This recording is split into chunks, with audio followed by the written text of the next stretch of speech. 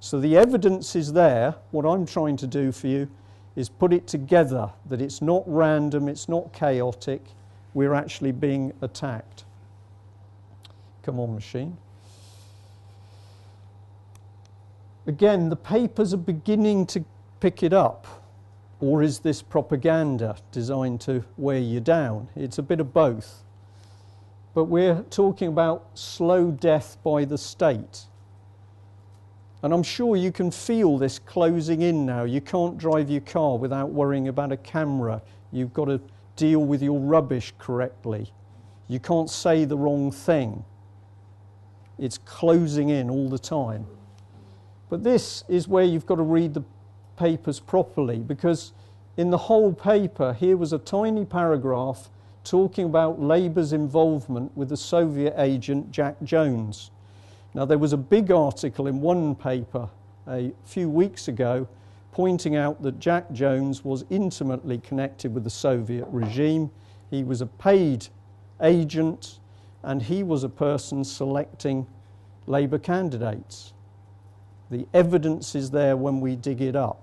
If you say to me, but all the communists went away and disappeared and became nice people, no, they didn't. So something's going on in the background, and if we read the papers properly, we can see it. Now, this is something that's cropped up all over the place. Nasty things with children. And when we started the newspaper, I did not have any idea of what calls we would get and what people would say. They told us fantastic stories about what was happening with children. And when we investigated, we found that they were telling the truth. So here's the papers talking about social service Stasi. I can tell you that social services can turn up on your doorstep and take your children away, and you cannot do anything about it. If you think you would fight or hit them or complain or get a solicitor or get a policeman, I can tell you it will do nothing. Because at the moment, the social services have been given the power of the Stasi, including secret courts. Judges condemn foul play on adoptions. Well, this is pretty ironic because it's the judges who are facilitating the foul play by covering up in court. And this is the dangerous stuff. Here's Rachel. She's not bright enough to have children. Do you know which step that's taken you to? The next step is Rachel's not bright enough to live. Let's get rid of Rachel. Let's get rid of the disabled people. Where was that policy? Germany. Where did the psychology come from? Tavistock Institute, in my view. Social workers ban a young woman from her own wedding, whether she's bright enough to get married. The state can tell you whether you can fall in love and get married. This is disgusting. This is Britain. And we need to really wake up and understand how close to the knife edge we are.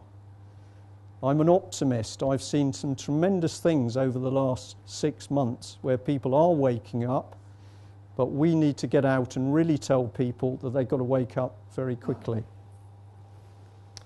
Now, this is a story which I hope you'll have a look at in the UK column and on the internet. It's about a young girl, well, she's now a lady, Down syndrome, but for a period of her life she was raped repeatedly by a paedophile gang, which included judges and sheriffs and social workers and her carers, men and women, and they included their children as well. A crime was definitely committed because the evidence is there, and this lady's brother died under violent circumstances when he discovered what was going on. But to date, the police, Grampian police, have failed to undertake a proper investigation, although the lady has been paid £8,500 criminal injuries damages. Well, how can they pay her damages if there was no crime? Well, of course, there was a crime, but the crime was covered up because the crime involves people at the highest levels of the state. If you go onto the UK column website, you can click on and watch a man called Robert Green giving you the full picture about what happened to this girl and how it was covered up. And if you say to yourself, I can't watch something like that, you need to, because if we don't confront evil, we're not going to sort it out.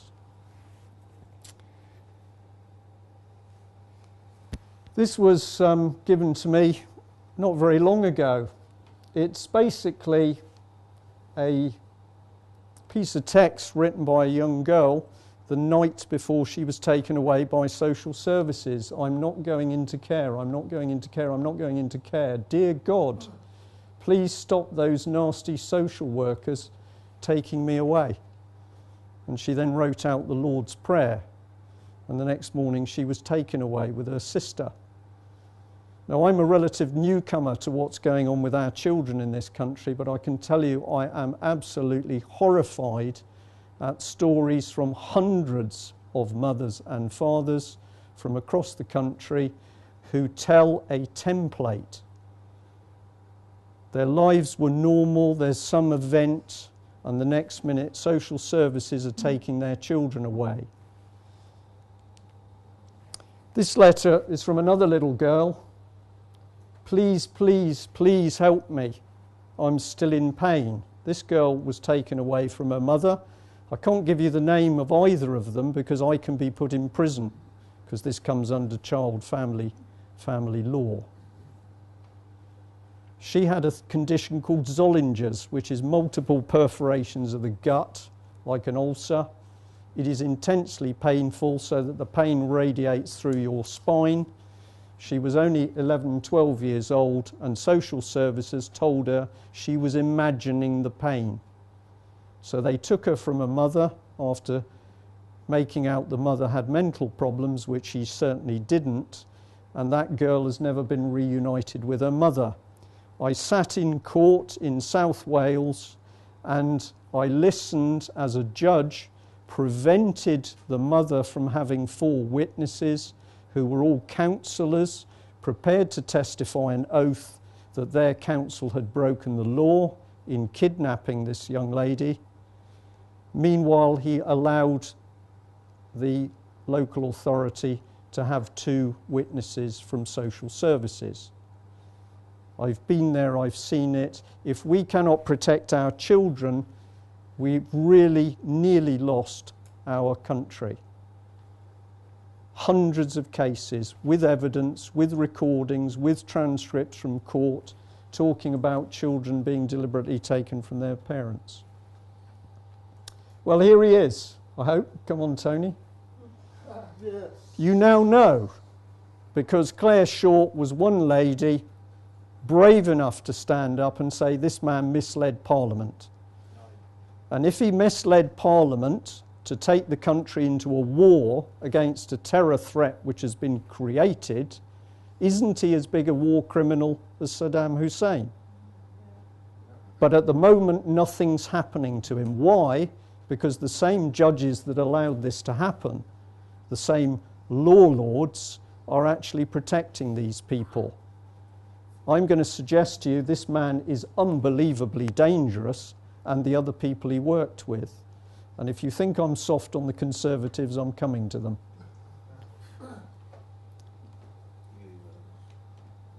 Come on, here we are.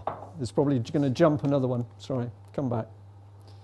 Well, here he is. Here's another one of them. The papers are talking about this man lying in producing the case for taking the country to war. But he's not in prison at the moment. We've got people in prison for failing to pay £500 of whatever it is, local tax.